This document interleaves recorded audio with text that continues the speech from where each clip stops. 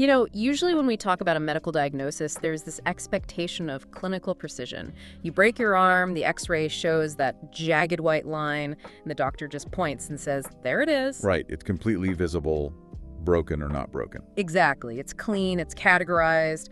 But if you step into the world of neurodevelopment or trauma, suddenly that x-ray machine is just totally useless. You're looking at a diagnostic landscape that is entirely murky. Yeah, you have to interpret symptoms, read between the lines, and hunt for underlying causes that just aren't immediately obvious. Right. And we're looking at a technological equivalent of that murky landscape today, because you are no longer looking at a clean graphical interface. You're staring at thousands of lines of terminal code, trying to figure out why your computer refuses to read a book out loud. It is incredibly frustrating. Oh, absolutely. So our mission today for this deep dive is conquering that exact frontier. We are talking about forcing local, offline artificial intelligence to narrate an entire Japanese audiobook and doing it without sending a single byte of your private data to a server somewhere. We are examining a stack of incredibly detailed user logs, terminal troubleshooting sessions, and GitHub documentation that chronicle this exact journey.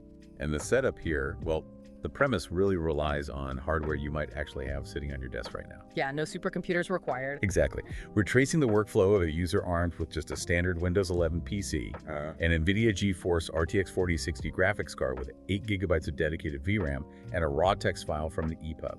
The objective is transforming that text into a studio-quality narration purely on local consumer hardware. Which means we're going to trace the entire journey, from the magic of lightweight text-to-speech models to the incredibly frustrating tug-of-war with modern package managers, and finally, writing the automation script that brings it all together. Okay, let's unpack this, because before writing any automation scripts or wrestling with anything, you have to choose the right AI brain for the job. Yeah, you really have to pick your poison depending on what you want to achieve. Right. Looking at the sources, if you want raw speed for an edge device, you're forced into using something lightweight, but you sacrifice emotional nuance. Or if you want environmental sounds, other models are amazing, but the logs show them literally hallucinating their own stories. Which is terrifying for an audiobook. Right. Imagine you're listening to a mystery novel and the AI just starts laughing maniacally for no reason. Yeah, that's a hard pass. So the user here needed a middle ground, something native to Japanese but emotionally controllable. And that means moving far, far beyond the text-to-speech we all grew up with. Oh man, yeah. A lot of people still have PTSD from the robotic, stitched-together syllables of the early 2000s. Microsoft SAM, anyone. Exactly. Those are the concatenative synthesis days. Concatenative synthesis. Yeah. So basically, developers recorded a human saying every possible phonetic sound, and then software crudely glued those audio snippets together based on the text. So it was just pulling from a giant library of grunts and syllables. Pretty much. And it was incredibly rigid. But what we are dealing with now utilizes deep learning neural networks, operating in a fundamentally different paradigm. Modern AI text-to-speech doesn't just read words, it interprets them through a three-step pipeline. Okay, lay it on me. What's step one? First is text analysis. This is where the model evaluates the prosody, the rhythm, emotional context, and punctuation. It basically decides the performative aspect of the sentence. So it's acting, not just reading, is analyzing the syntactic structure to know if a sentence is like a question, a sarcastic remark, or a statement of dread. Yes, precisely. Then comes the acoustic, or latent generation step. The neural network takes that linguistic analysis and predicts how those words should sound as a mathematical representation. Wait, so it isn't generating the actual audio file yet? No, not yet. It's generating a complex pattern, often called the continuous latent space. It's like a mathematical blueprint for audio. Finally, a specialized decoder, a vocoder, takes that mathematical latent pattern and translates it into the actual audio waveform that you can hear. Wow. And what really stands out in the documentation is that you don't need an industrial data center to run this pipeline. I mean, we hear deep learning neural network and we immediately picture a warehouse full of servers humming away. Right, but the open source models highlighted in the sources range from just 50 megabytes to a few gigabytes. Yeah. They're incredibly compact. And that RTX 4060 with 8 GB of VRAM is generating speech anywhere from 5 to 10 times faster than real-time playback. So a 60-second audio clip might take 6 to 12 seconds to render locally. It's blisteringly fast. It is. So let's look at the menu of models the user had to navigate. Kokoro, specifically the Kokoro 82M model, caught my eye because 82 million parameters is almost absurdly small in an era where we casually talk about 70 billion parameter language model. Yeah, it takes up less than 350 megabytes of disk space and uses maybe 2 to 3 gigabytes of VRAM. Yet the sources note it produces highly natural speech and natively supports Japanese. How is it that good while being that small? When you compress a model that much, you are heavily optimizing the weights for very specific tasks. You strip away all the general knowledge and just focus on voice generation. Contrast that with Piper, which is explicitly built for edge computing environments like a Raspberry Pi. Right, the sources mentioned Piper. Yeah, Piper prioritizes raw inference speed over complex emotional range, making it suitable for basic screen readers, but perhaps not the nuanced performance you'd want for an audiobook narrator. Okay, then the sources mentioned Bark by Suno, which takes a totally different approach. Bark is a transformer-based audio generation model that excels at environmental sounds. Yes, it can generate laughs, sighs, and realistic background noise natively within the speech. Which sounds awesome, but the documentation points out a critical flaw for audiobook generation. It suffers from severe hallucination on longer context windows. Like we were joking about earlier, it might wander off script and start generating its own audio tokens that sound like manic laughter or garbled words.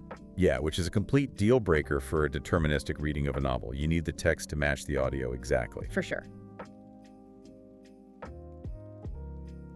You also have StyloTS2 and XTTS V2, which are the heavy hitters for expressiveness and voice cloning across multiple languages. But the user's project zeroes in on two specific, highly advanced models, QWEN TTS and Irodori-TTS. Right. QWEN TTS was developed by Alibaba's team, and it's noted for a feature called voice design. Oh, I loved reading about this. It allows natural language and motion control, right? Exactly. You can prompt the latent generation step by just typing a warm, calm, middle-aged male narrator reading with a steady pace.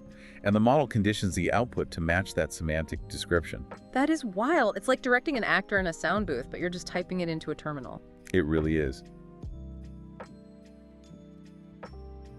But then we have Irodori-TTS, which seems even more specialized. The logs detail its architecture as using a flow-matching-based model, specifically a rectified flow diffusion transformer. Or RFDIT. Yeah, RFDIT, paired with DAC-VA continuous latents. Okay, we are definitely in the deep end of the technical pool here. Let's break down why that specific architecture matters for this user. Because rectified flow is a newer technique in generative models, right? It is. It tries to find the straightest, most optimal mathematical path from pure noise to the target data. In this case, the audio latent. Traditional diffusion models, like the ones used for image generation, take many steps to denoise a file, bouncing around probabilistically. Like trying to find your way out of a maze by just bumping into walls. Yeah, exactly. But rectified flow smooths that trajectory, which massively speeds up inference time on a consumer GPU while maintaining high fidelity. And using a diffusion transformer rather than older architectures allows the model to scale better with complex sequential data, which is crucial here because of the intricacies of Japanese pitch accent. Yes. Japanese is a pitch accent language. A word can have an entirely different meaning based on whether the pitch drops or rises on a specific mora. Like the classic example of hashi meaning bridge and hashi meaning chopsticks. Exactly. Generalized multilingual models often flatten this out, making the narrator sound distinctly foreign or robotic to a native speaker. But Irodori-TTS is trained specifically to map those subtle pitch accents perfectly into the latent space. So we have this incredible paradigm shift. We've moved from a world where you had to rent AI via expensive APIs, paying a few cents for every 1,000 characters sent to a cloud server, to a reality where you just download the model weights natively. You own the brain. Right. You own the brain. But, and this is a big but, if these models are so incredibly powerful and they are completely free and they run perfectly on an RTX 4060, why isn't everyone narrating their own customized audiobooks? Where is the friction preventing this from being just a mainstream consumer application? Well, the friction, as our sources meticulously document, lies entirely in the software environment setup. Oh boy. Yeah, these are not packaged executable files you simply double-click. They are raw, experimental Python projects. And to make these complex neural networks talk, they need to communicate with your graphics card hardware efficiently. Right. The translation layer between the Python code and the NVIDIA silicon is where most users hit a massive brick wall. Okay, this brings us to the core engine running the entire local AI ecosystem. Looking at the logs, the user is constantly battling with PyTorch, which is usually just imported as Torch in the code. Right, Torch? We need to take a massive step back and look at the framework of Torch. Because if you want to understand further how any of this works, you have to grasp what this library is actually doing. So why does it even exist? I mean, if Python is the standard language for machine learning, why can't Python just do the math itself? That is the fundamental question. So Python is a fantastic, highly readable language for orchestrating logic, right? It's easy to write, but it's notoriously slow for executing heavy computational workloads. Because it's dynamically typed. Yes, dynamically typed and interpreted at runtime. It checks every variable type on the fly. Now, a neural network generating audio is performing millions of floating point matrix multiplications every single second. Which sounds like a lot of math. It is an incomprehensible amount of math. If you ask a standard computer CPU to perform those calculations using native Python loops, the AI will just run at a crawl. The CPU is designed for complex sequential logic, not massive parallel matrix math. But the RTX 4060, on the other hand, is a parallel processing monster. Exactly. It has thousands of tiny CUD cores, specifically designed to do simple math simultaneously. So Torch exists to bridge that gap between Python's slow logic and the GPU's insane parallel speed. To really appreciate Torch, we should look at what machine learning programming looked like before it existed. What form did this take in the old days of coding? Oh, it was brutal. In the older days of neural network research, if you wanted to utilize a GPU, you had to handwrite custom CUDA kernels in C or C++. Wow, so you couldn't even use Python? Nope. You were manually managing memory allocation on the graphics card. You were explicitly writing code to move data back and forth between your system RAM and the GPU's VRAM. And worst of all, you had to mathematically calculate the gradients for backpropagation by hand. That sounds like an incredibly steep barrier to entry. It was. Researchers were spending way more time debugging memory leaks in C++ than actually designing new AI models. I can imagine. So did anyone try to fix that before Torch came along? Yeah, there were early frameworks trying to solve this, like Theano. But Theano used static computational graphs. What does that mean? It means you had to define the entire mathematical pipeline perfectly before you ran any data through it. It was like building a rigid plumbing system. Once it was built, you couldn't change it. So if you wanted to change the architecture dynamically based on the input, say, processing sentences of different lengths, you couldn't do it. It made it a total nightmare. And that rigidness is what led to the birth of Torch. Now, originally Torch was written in a scripting language called Lua. Really? Lua, like the language they use for game modding? Yeah, Lua Torch was popular in the early 2010s because it offered a more flexible, imperative programming style compared to Theano. But there's a problem. Let me guess. Data scientists didn't want to learn Lua. Exactly. The broader data science community was already deeply entrenched in Python. Recognizing this, researchers at Facebook's AI Research Lab, often called FAIR, they took the core C++ backend of Lua Torch and built a native Python interface around it. And who specifically introduced this? Was there a lead on it? Yeah, Salman Shintella and a team of researchers at Facebook basically spearheaded it, officially releasing PyTorch in late 2016. Okay, so Facebook brings PyTorch to the Python world in 2016. What was the killer feature? Why did everyone drop what they were doing and switch to it? The absolute genius of PyTorch was the introduction of the dynamic computational graph, or what they call eager execution. Eager execution, as opposed to the static plumbing of Theano. Right. You could write standard Python code, and Torch would dynamically build the mathematical graph on the fly as the code executed. It felt like standard Python programming, but under the hood, it was instantly compiling those operations into highly optimized C++ and CUACants. That is brilliant. It just gets out of your way. Completely. At its core, the most basic explanation of how it works relies on a data structure called a tensor. A tensor, you hear that word constantly in AI. What actually is it? Conceptually, a tensor is just a multidimensional array of numbers. It's a matrix. Yeah. But a Torch tensor has superpowers. Superpowers, like what?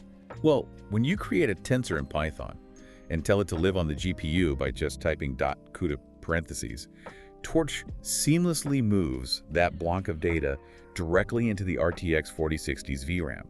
And more importantly, through a feature called Autograd, the Tensor automatically remembers every mathematical operation performed on it.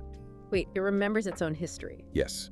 So when an AI is training, it makes a prediction, realizes it made a mistake, and then uses Autograd to trace its steps backward through the tensor operations to adjust its weights. So that's backpropagation made simple. You don't have to write the calculus by hand anymore. Exactly.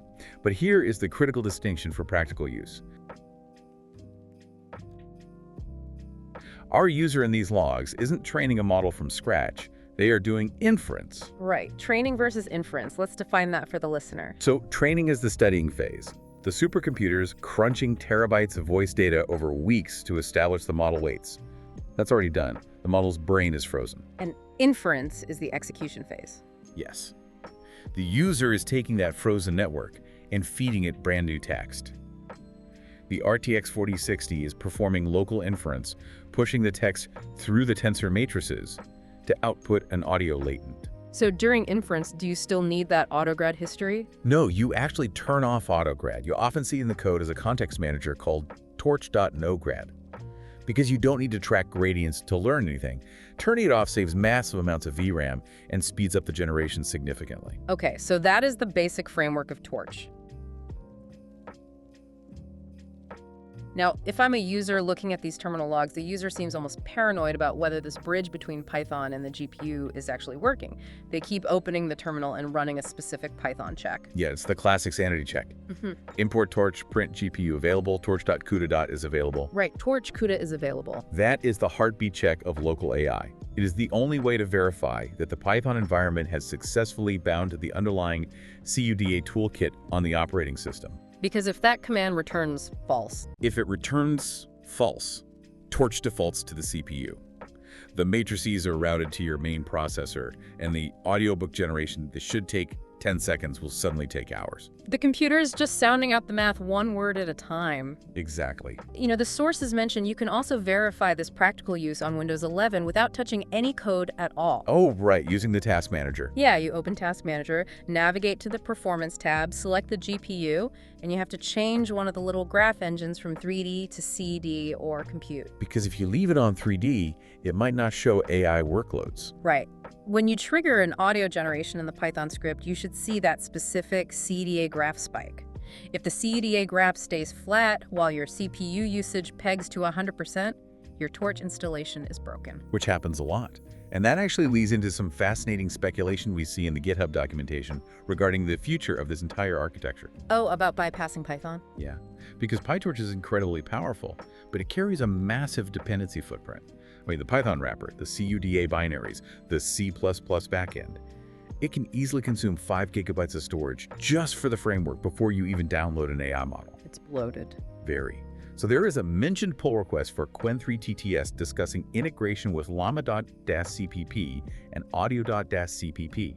I find this so interesting. We spent years moving from raw C++ to Python for ease of use, and now the bleeding edge is trying to bypass Python entirely again. It's the cycle of optimization. Frameworks like llama.cpp utilize a file format called GGUF. They strip away the Python overhead completely and run the quantized model weights through native C++ runtimes that compile directly against the hardware. Whether that's NVIDIA CUDA, Apple Metal, or even just standard CPU instruction sets. Exactly. By eliminating the Python interpreter and the massive Torch dependency tree, you get even better VRAM optimization and raw inference speed. You are essentially replacing the heavy translation layer with a lightweight, natively bilingual engine. But for the moment, the Irodori-TTS and QWEN TTS ecosystems are firmly rooted in Python and Torch. And as the user logs reveal, installing that specific GPU-enabled version of Torch triggers an agonizing conflict with modern development tools. Oh man, the terminal logs at this stage read like a psychological thriller. They really do. The user moves from the theoretical elegance of tensor math to the gritty, infuriating reality of dependency management on Windows, because the project utilizes the tool called UV, right? Yeah, UV. It's a modern, lightning-fast Python package manager written in Rust. It's designed to replace older, slower tools like pip and manage isolated virtual environments. And for those who don't code daily, a virtual environment is basically a quarantine folder for your project so its dependencies don't mess up your global system. Exactly. It's usually a hidden folder named .venv. And the intention behind it is to enforce strict, reproducible environments. In the past, Python developers suffered constantly from works on my machine syndrome. Where it runs fine on my laptop but crashes on yours because I have some random library installed globally that you don't. Right. So UV ensures that the virtual environment exactly matches the specifications defined in a master configuration file, typically named pyproject.tom also. Pyproject.tom. Yeah. And the speed of UV comes from its Rust architecture, which can resolve complex dependency trees and fetch packages concurrently in milliseconds. But looking at the logs, that blistering speed and strict adherence to the TOML file is exactly what traps our user in a hellish loop. It is entirely counterproductive in this specific scenario. So here's what happens. The user realizes they are running the standard CPU version of PyTorch. To utilize their RTX 4060, they need the specific CUDA 12.8 compiled binaries. The .will or wheel file. Right, the wheels. Which is a perfectly valid override command. It explicitly instructs the package manager to bypass the default Python package index, navigate to the provided URL, and download the QWEN TTS wheels for those specific libraries. And the terminal output confirms success. It uninstalls the CPU packages and links the new GPU packages. The user verifies it. Porch CUDA is available. Returns true. They are thrilled. Victory. But then, they attempt to launch the actual AI inference script using the standard command.uv, run python infer.py. And instantly, the terminal shows of silently uninstalling the QWEN packages and downloading the CPU packages again. The environment is destroyed in milliseconds. It's agonizing to read. This is the philosophy of modern state-based package managers at work. When you invoke of run, you aren't just passing a script to the Python executable. You are commanding of to orchestrate the execution. It's acting like a bouncer. Yes. UV instantly audits the current state of the virtual environment against the pyproject.toml blueprint. And the original project blueprint simply dictates a dependency on Torch. It does not explicitly mandate the CUDA 12.8 wheel from an external index. So U looks at the environment, sees the manually installed QWEN packages, flags them as untracked modifications that violate the blueprint, and aggressively heals the environment by overwriting them back to the CPU default. It genuinely thinks it is protecting the user from a corrupted state. Isn't this wildly counterintuitive, though? I mean, a tool designed to make Python easier is actively fighting the user's explicit commands. At what point does smart software become a hindrance? It's a huge debate right now. Control versus safety. For general software development, you want that safety. But for local AI enthusiasts, control is paramount because you're constantly swapping beta hardware driver.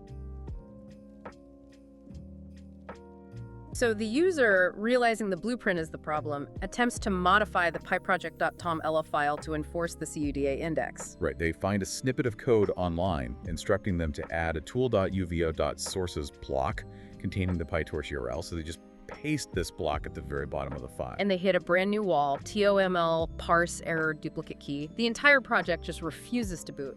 TOML stands for Tom's Obvious Minimal Language. It maps configuration data into structured dictionaries. But clearly it wasn't obvious enough. Well, what the user didn't realize is that the original author of the repository had already defined a tool.uf.sources table somewhere in the middle of the document for a totally different dependency. Oh no. Yeah. So when the TOML parser hits the user's newly pasted table at the bottom, it encounters a duplicate key declaration. The abstract syntax tree fails to build, and the parser hard crashes, preventing us from reading the file at all. So the user's basically trapped. The file is broken, the environment reverted to CPU, the logs show them running a git clean fd command to just purge all untracked changes and reset the repository. A total reset. Yeah, they try to sync the environment again, and a completely different traceback error floods the terminal. This one ends with, file not found here. Could not find module libtorch codecore8.dll. Ah, yes, the FFMPEG nightmare. What is happening here? This exposes the brittle nature of audio processing in Python. Torch Codec is a library designed to decode audio files directly into PyTorch tensors. Yeah. But Python cannot decode complex media formats natively. It's just not built for it. So it outsources it. Exactly. It relies on C bindings to interface with external system-level libraries. In this case, Torch Codec is attempting to dynamically link against FFMPEG. which is the foundational open-source suite for handling audio and video. But Windows doesn't ship with FFmpeg natively. No, it doesn't. And simply downloading a basic executable file isn't enough. The Python wrapper is explicitly looking for the full shared build of FFmpeg. Full shared build, what does that mean? It means the version that physically compiles the individual dynamic link library, or DLL, files into the Windows system path so other programs can hook into them programmatically. Because those DLLs are missing on the user's machine, the Python module fails to load entirely. Wow. So the user has to pivot completely to the Windows Package Manager using wing-it install FFmpeg and ensuring the system environment variables are updated so Python can actually find the external C libraries. It's a whole side quest just to read an MP3. Right. And once FFmpeg is globally accessible, the user still has to outsmart the package manager to lock in the GPU packages. The documentation does provide a few technical resolutions. You can run UVcache clean to purge any memorized broken states. Right. Always clear the cache. Always. You can use an explicit sync command like usync extra SHU-128 if the TOML file is properly configured with optional dependency groups. But the logs reveal the ultimate foolproof hack that just bypasses the friction entirely. I love this hack. The simplest solution is to just sever the orchestration completely. Just cut the strings. Exactly. Remember that isolated Python environment exists physically as a directory named .bad-v. Inside that folder is a standalone Python binary executable. Instead of typing ofrun and triggering that aggressive audit against the TOML blueprint, the user simply invokes that binary directly via the command line. Literally typing /venv/scripts/python-infer.py. Yes, you bypass the package manager entirely. You execute the script within the isolated context, utilizing whatever packages happen to be currently installed, completely ignoring the synchronization checks. It's like sneaking in through the back door. It really highlights a significant tension in modern software development. We build increasingly strict abstract tools to ensure safety. But when a user is operating on the bleeding edge, manually injecting specific nightly GPU drivers for a local AI model, those abstractions break down. The software assumes you made an error when in reality you are intentionally forging a path the configuration file wasn't designed to handle. Exactly. So the user invokes the raw executable, the verification command fires, GPU available, true, device name, Right. NVIDIA GeForce RTX 4060. Finally. Right. They launch the local web interface, feed in a sentence, and the audio generates almost instantly. The engine is humming, but the victory is short-lived. Getting the hardware to work is only half the battle. Now, they have to deal with the AI's personality. And it turns out, these models are incredibly finicky readers. Very finicky. The logs show the model completely derailing when it encounters a simple piece of punctuation. Let's talk about the interaction between the source text and the neural network's tokenizer, because this is wild. Yeah, so the user is feeding a Japanese EPUB into Irodori-TTS. And the first quark logged is a massive degradation in output when the text contains Japanese quotation brackets, specifically the corner brackets. In standard Japanese literature, those function exactly like standard quotation marks for dialogue, right? Yes, just basic dialogue markers. Why would a model capable of understanding complex emotional intent fail when it sees a bracket? It comes down to tokenization and the specific data set the model was trained on. Before any text enters the neural network, it is passed through a tokenizer that converts characters or subwords into integer IDs. It turns text into numbers. Okay, that makes sense. But if the text pre-processing pipeline wasn't rigorously trained to map those specific structural symbols into silence tokens, or completely ignore them, they get passed straight into the latent generation space. So the AI tries to read the bracket. Exactly. The attention mechanisms attempt to pronounce the bracket, or they allocate mathematical weight to it, which misaligns the entire sequence. The output degrades into stuttering, or that sophisticated pitch accent mapping we talked about fails entirely because the sequence length mathematically shifted. The mathematical representation just breaks down over a simple character. Yep. So the user's immediate solution is to use simple text preprocessing to strip those characters out before feeding the text to the AI.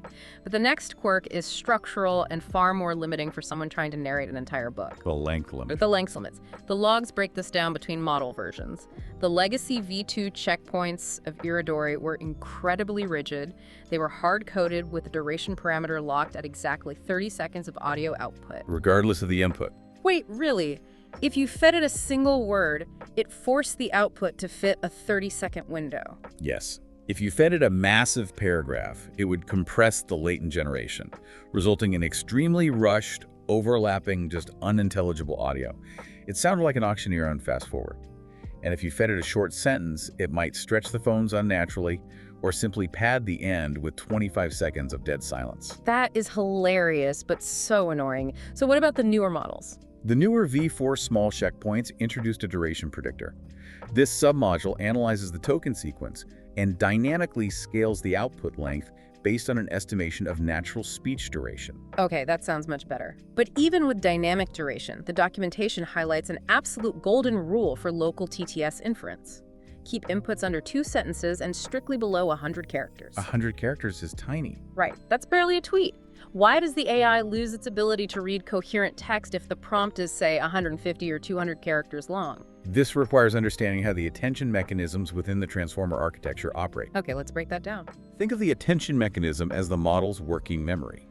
It uses query, key, and value matrices to determine how much focus every single token should place on every other token in the sequence. So to calculate the proper pitch of the 50th word, it has to hold the contextual emotion of the first word in its memory. Yes.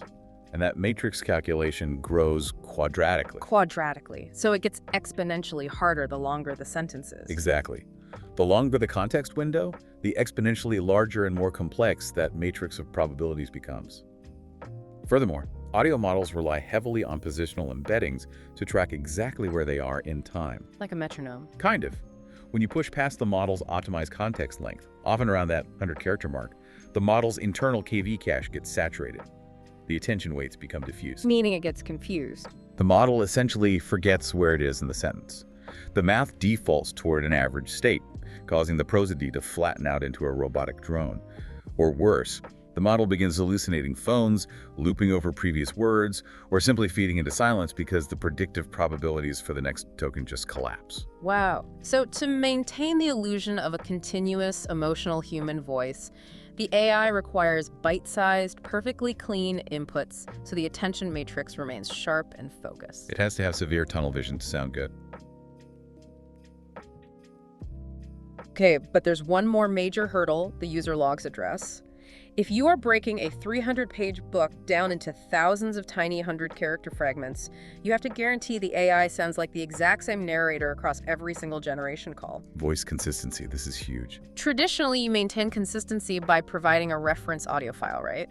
A short WAV clip of the desired voice. Yeah, the command line flag might be --refwav narrator.wav. The model analyzes that audio clip, extracts the acoustic characteristics, and conditions the latent generation of the new text to match. But if you have to run that extraction process from the raw WAV file 5,000 times for every single sentence chunk, you are burning massive amounts of compute time and VRAM just reanalyzing the same reference voice over and over again. The sources detail a far more efficient method called speaker inversion. Yes, speaker inversion flips the process. Instead of providing the raw audio file at runtime, the user runs a lightweight script to analyze the reference voice just once. Just once. Exactly. The system processes the audio, extracts the mathematical vector that defines the identity of that voice, and serializes it into a discrete embedding file, typically using the .safetensors format. The .safetensors format is interesting. So it's essentially a secure, memory-mapped way to store tensor data, right? Yeah, it was developed by Hugging Face to be a safer, faster alternative to older pickle files, which could technically execute malicious code. Oh, that's good to know. So when the script calls for the voice identity using a --refembed flag, the operating system can map that file directly into VRAM without having to parse or decode it through Python first. It's like flashing an official ID card instead of bringing your birth certificate every time. That's a great analogy. It flashes the mathematical ID card instantly. It guarantees absolute consistency, prevents voice drifting across thousands of generations, and dramatically accelerates the inference loop. So now, we have all the requisite pieces to solve the puzzle. Let's recap. We have a functioning GPU environment running PyTorch natively. We understand that the model requires text stripped of complex symbols. We know the input must be ruthlessly chunked to stay under the attention mechanism's 100-character degradation limit. And we have a pre-computed safe tensors embedding to ensure the voice identity remains locked. But manually executing this workflow for a full novel is physically impossible. Oh, completely. You cannot manually copy 95 characters, paste it into a web interface, strip the brackets, hit generate, save the audio file, and repeat that process 10,000 times. You'd lose your mind. You would. So this is the culmination of the deep dive. The user transitions from hardware troubleshooting to software engineering, architecting a bespoke Python automation script named runaudiobook.py. The objective of this script is to codify all the constraints we just discussed into an automated zero-touch pipeline. It must ingest a raw text file, clean it, chunk it, generate the audio streams, and stitch them back together into a final listenable product. Exactly. Let's trace the logic of the script. Step 1 and 2 handle the text cleaning. The script reads the raw text into memory and utilizes Python's remodule, regular expressions. Regex. The bane of many programmers. Regular expressions are basically a sequence of characters that define a very specific search pattern. Right. The user writes a specific redot subcommand to aggressively strip away formatting anomalies, white space, and the problematic symbols like those Japanese corner brackets we talked about. But crucially, the regex pattern is designed to preserve standard Japanese structural punctuation, the comma and the period. And preserving those specific delimiters is absolutely vital for step 3. The chunking logic. Right. The script iterates over the sanitized text string and splits it into an array of smaller strings, using the Japanese period as the primary delimiter. So it breaks it by sentence? Yes. But it enforces a programmatic check. If a split sentence still exceeds the 100-character limit, it falls back to splitting on commas to ensure no single string violates the neural network's attention constraint. That is so smart. And then it systematically writes each of those validated strings into its own distinct text file. Input thou001.txt, input thou0002.txt, sequentially numbering them until the chapter is exhausted. So you end up with a directory containing hundreds of tiny text files. Which sets up step 4, generation. The Python script enters a standard for loop. For every file in that directory, it constructs a subprocess call directly to the isolated .venv Python binary, passing the text file and the safe tensor speaker embedding to the local inference engine. Because the strings are so short, the RTX 4060 just devours them. It churns through the loop, outputting parts 0001.wave, parts 00002.wave at a fraction of real time. But once the loop completes, you are left with a folder full of disconnected audio fragments. And this is where step 5 comes in, rebuilding the audiobook. Right, and this is where naive automation fails, because if a script simply uses standard concatenation to glue those WAV files together back to back, the result is unlistenable. It sounds awful. The AI only generated the speech for the isolated sentence. It didn't generate ambient breathing or pacing. Gluing them together creates a wall of sound where the narrator appears completely breathless, rushing frantically from one sentence to the next without a microsecond of pause. To fix this, the script leverages FFmpeg once again. But not just to convert file formats. It utilizes an FFmpeg complex filter graph. Yeah. Instead of a simple concat demuxer, the script builds a node-based processing pipeline in memory. It passes a command string containing a pad equals pad or equals 0.4. A pad equals pad or equals 0.4. What does that actually do? A pad stands for audio pad. This filter instructs FFmpeg to append exactly 0.4 seconds of absolute digital silence to the end of every individual audio stream as it loads them into the merge pipeline. It systematically injects a breath. Exactly. By forcing that 0.4-second gap between every file before merging them into a final .mp3, the script restores the structural pacing of human speech. The brain of the listener needs that fraction of a second to process the previous sentence before the next one begins. Yes, and the filter graph seamlessly handles the padding and the concatenation in a single, highly optimized pass. It is an incredibly elegant engineering solution. It leverages the raw compute of the RTX 4060, respects the strict mathematical limitations of the transformer's attention window, utilizes the memory mapped efficiency of safe tensors, and uses an FFmpeg filter graph to artificially restore the natural cadence of speech. And it accomplishes all of this offline, locally, without a single API call to a cloud provider. It costs $0. Which is amazing. But I do have to play devil's advocate regarding that final step. Okay, let's hear it. The script injects exactly 0.4 seconds of silence between every single sentence.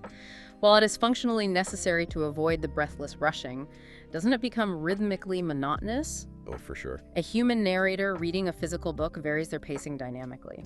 They take a long, heavy pause after a dramatic plot revelation, and they use rapid micropauses during an intense action sequence. Does applying a rigid, hard-coded integer to every sentence rob the audiobook of its artistic flow? It is absolutely a structural compromise. I mean, a static 0.4-second gap is vastly superior to overlapping breathless audio, but you are entirely correct that it lacks dynamic emotional variance. The pacing remains uniform regardless of the semantic weight of the text. So how do we solve that locally in the future? Do we write more complex Python scripts that analyze the text before sending it to FFmpeg, like a script that looks for exclamation points and shortens the gap? You could, but the evolution of this technology points toward the models handling it natively. We will likely see the semantic reasoning capabilities of large language models integrated directly into the latent audio generation pipeline. So the model understands the story, not just the sentence. Exactly. The model won't just analyze a 100-character chunk in total isolation. It will hold the broader narrative context in a larger, optimized memory state.